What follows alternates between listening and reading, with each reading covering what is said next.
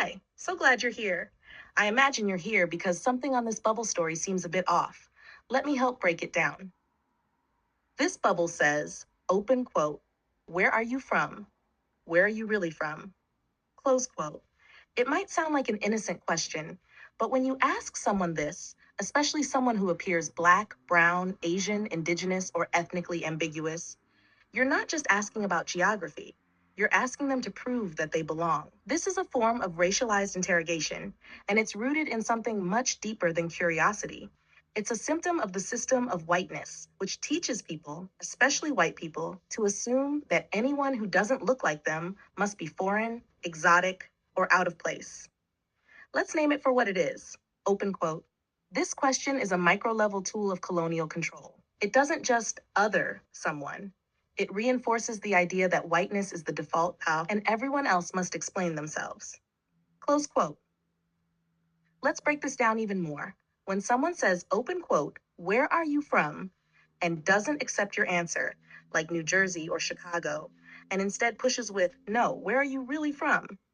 What they're actually doing is, close quote, centering their own perception over your truth, implying that your body, voice, or face is not American enough, not local enough, not normal enough, reinforcing the colonial idea that land belongs to whiteness and everyone else is a guest, a visitor, or a temporary outsider. This is not just a question, it's a reflex of dominance, and it's been conditioned into white people through centuries of colonial education, media, and silence about history. We call this implicit conditioning, a term that replaces the watered down idea of implicit bias. Implicit conditioning means this.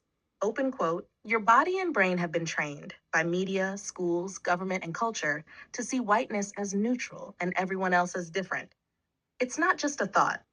It's a system that shapes what you notice, question, and accept. Close quote. Why this hurts?